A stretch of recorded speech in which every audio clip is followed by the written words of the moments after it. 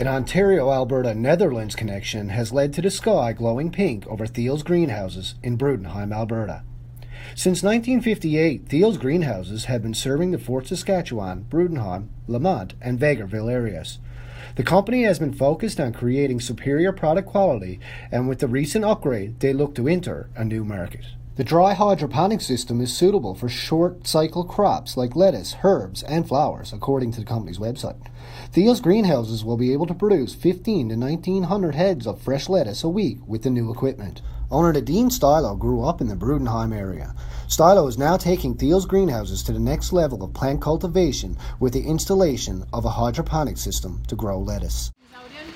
So dill will work, cilantro will work. Basil is a warm crop and it's going to be too cool in here. So basil I'm going to grow, but not in this facility. It's just too cold. It won't grow within that. It needs a little bit warmer. The question about organic growing, which I'm going to get asked a lot. This kind of growing is not considered organic in Canada because organic in Canada means you have to grow in the soil. So no hydroponic growing is organic. But what I am growing is clean. So there's no pesticides being put on. So I walk around with one of these all the time because I'm always looking for bugs and pests. I use good bugs to hunt the bad bugs. I do not use chemical on my stuff. You can walk up any given day in my greenhouse and eat something if it's edible. If you want to try eating a pansy or a marigold, you can. Going and evolving for life.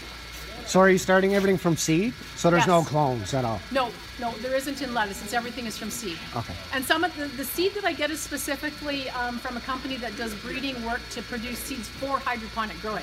Okay. You can just throw regular lettuce in, but it's not going to grow as well because it's bred for the heat that's maybe involved in the indoor growing in the water.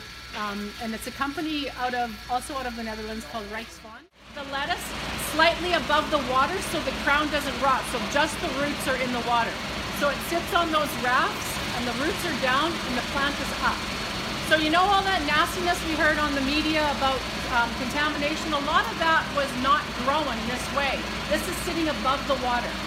Our water systems are tested very routinely, weekly in this kind of a system to make sure that there's food safety involved and that your pH and fertilizer is all taken care of. So this is a little bit harder to grow. So there's all different kinds of products. I'd like to try bok choy because I think there would be some niche market. I'm curious if lemongrass would grow, but it would be a slow growing item, so I don't know if that would work because it's a water loving plant as well. So there's other things I can try. Right now I think I'll start with 5. We won't get too crazy yet. 5, but 5 to 10 is what this is set up for. Growing green and growing clean in lettuce, Thiel's Greenhouses trusts. For the record, I'm Arthur Green.